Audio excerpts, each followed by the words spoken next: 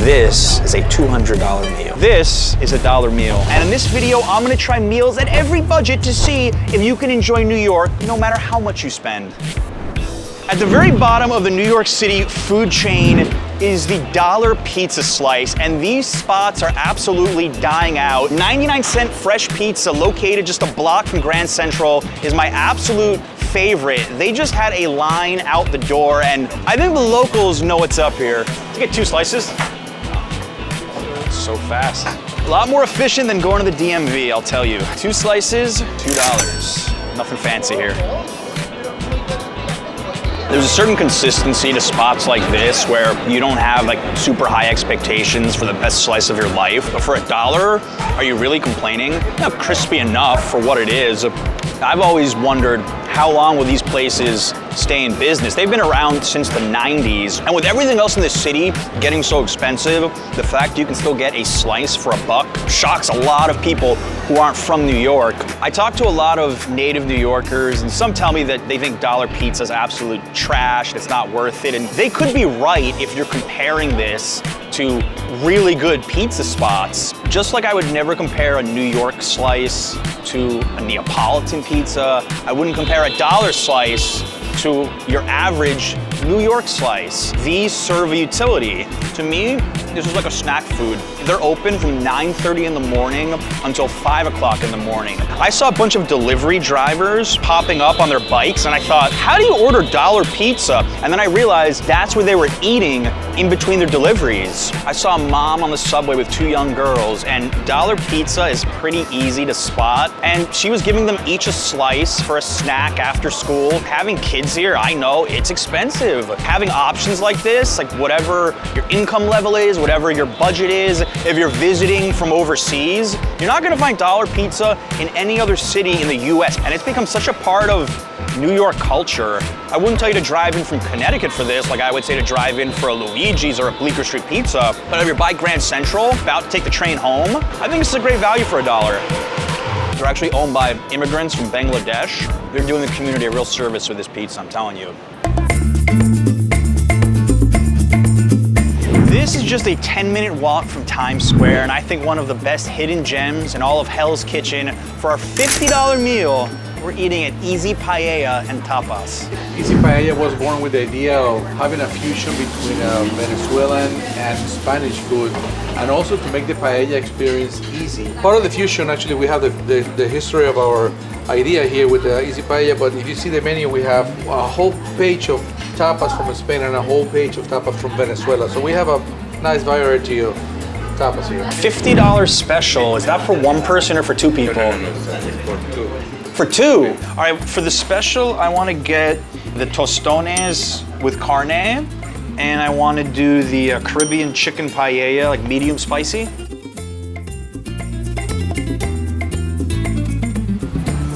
For John, this is a very Venezuelan dish, which is tostones, carne mechada. Wow. Venezuelan tapas. I really like restaurants like this because they're not that big. They're cozy, like a New York City hotel room, like a New York City apartment. You know, you get to talk to the waiters, the owner. And one thing that I love about a spot like Easy Paella is it's so New York. I mean, yeah, you could find like legit, super authentic paella places, or you could go to something that's a bit of a fusion and try food from 2 different cultures. Getting our Venezuelan tapas on here.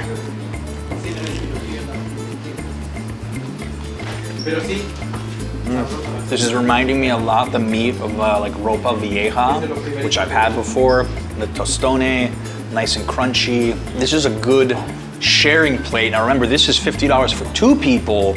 I'm getting a little bit greedy right now. Some of the dipping sauce on top. The great thing about Easy Paella is how close we are to Broadway. You want a nice dinner and you're in a bit of a rush, come here first. You could even do this $50 special. Perfect for a cute little date night as well. You're a tourist walking around all day. This right here is the reward after walking for miles and miles. This sangria.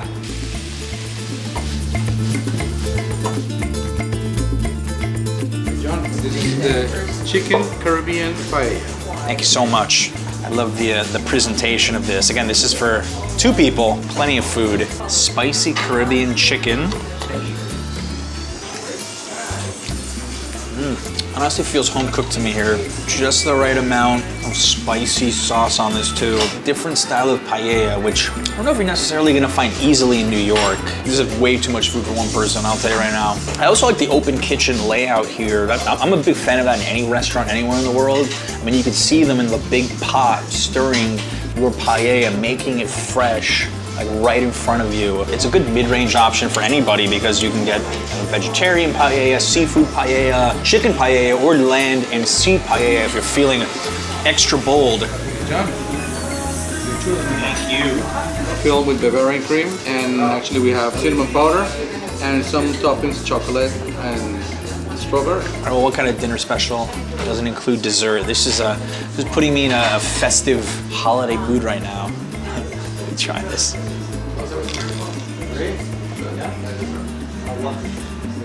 A very cream inside, the secret ingredient.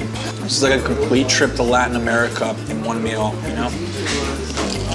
I love the way the strawberry and the chocolate syrup on top just complements this whole thing. They could just sell churros and I might come here for dessert, I'm serious. They were just a churro spot. I remember, $50 special here, only Monday through Friday. So if we're gonna do something luxurious, I figured we'll go 45 stories above Broadway for a 4-course tasting menu that is unlike anything you're gonna find in New York. And we're gonna bring the wifey along for the ride. Hi, let's do this. Brought her back, finally, Adriana. Yes.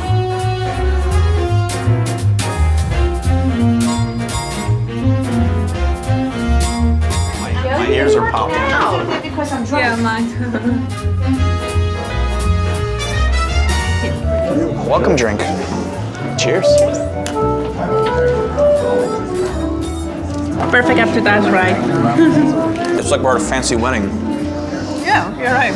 Happy hour. And if you're gonna spend money in New York, being this high definitely helps.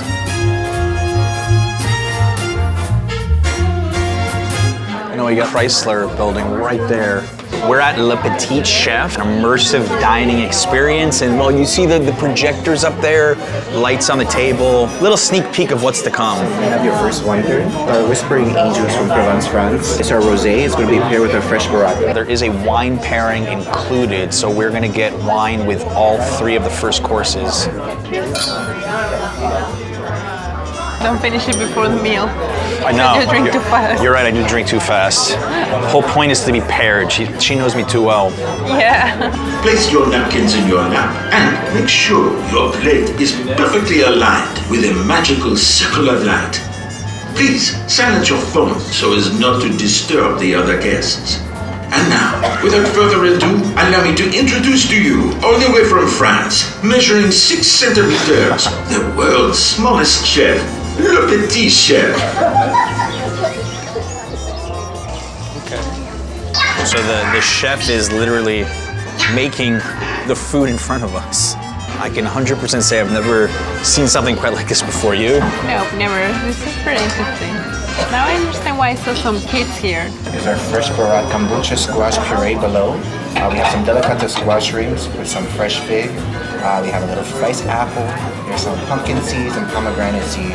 And then we top it all off with a nice balsamic pearls.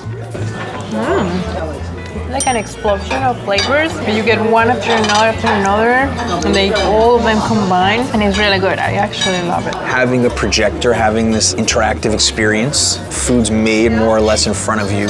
And the wine really pairs well with this food. These are flavors that I will never put together. Of course, I'm not a chef, but they work so well together, like so delicious. This bread. You know, I recall Gordon Ramsay on an episode of Hell's Kitchen was scolding restaurants for not replacing the utensils between courses, all right? They clearly know what they're doing. I would classify this as private communal dining because you are working at the pace of everybody else in the room. This is trippy. Oh, it's like seafood themed.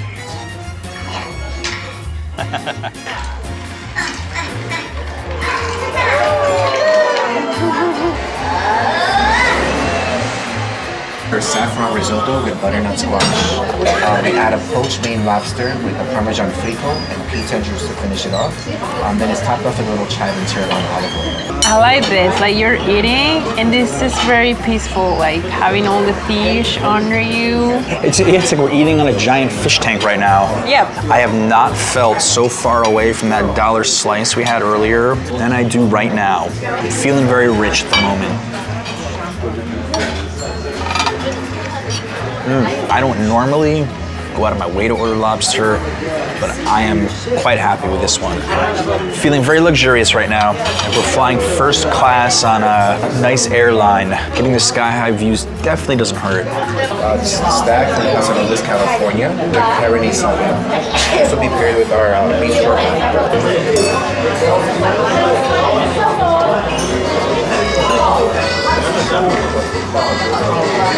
Oh, this beef's already there. Never seen like grilling like this before, I gotta tell you.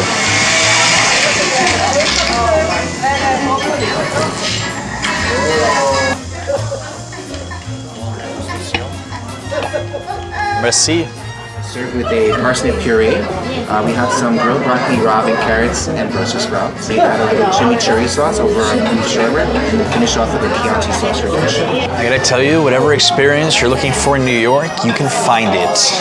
Yep. I think you're more excited for the beef short rib than I am. I'm drooling. Ooh, wow. Nice and tender. Tender. I'm more a beef person and I really like this one. So good. Little chimichurri sauce on top.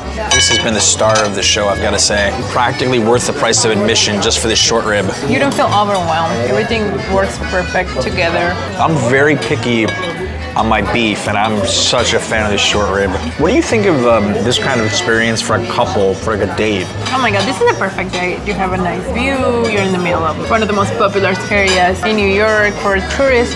You have excellent food, wine, you have everything for a date.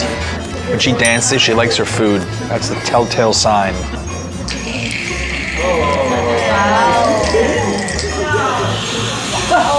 That looks so good.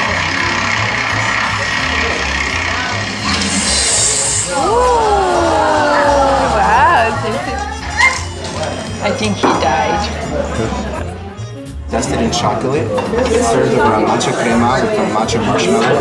We have some raspberries, white chocolate pearls with coconut flakes.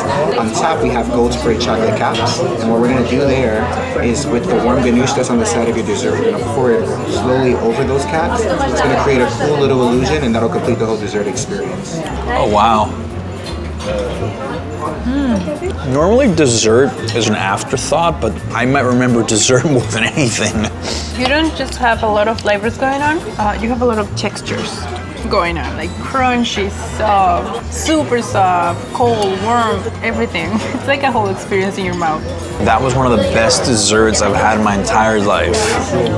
Definitely. We don't typically do fine dining together, but I think it is worth a splurge every now and then. Now you have to bring me more of it. $200 meals every weekend now. You spoiled me. You see what I've done? I cannot go back. Adieu et au revoir. But I have to say that was very memorable, especially if you're staying near Times Square. Oh yeah, I didn't expect to find a place so nice like this one in Times Square, no offense. I know, I'm pretty sure there are a lot of them, but I think when you go to Times Square, you're like, it's good, it's not, this is definitely good. And as a little bonus, you can just walk out to Times Square right after if you want.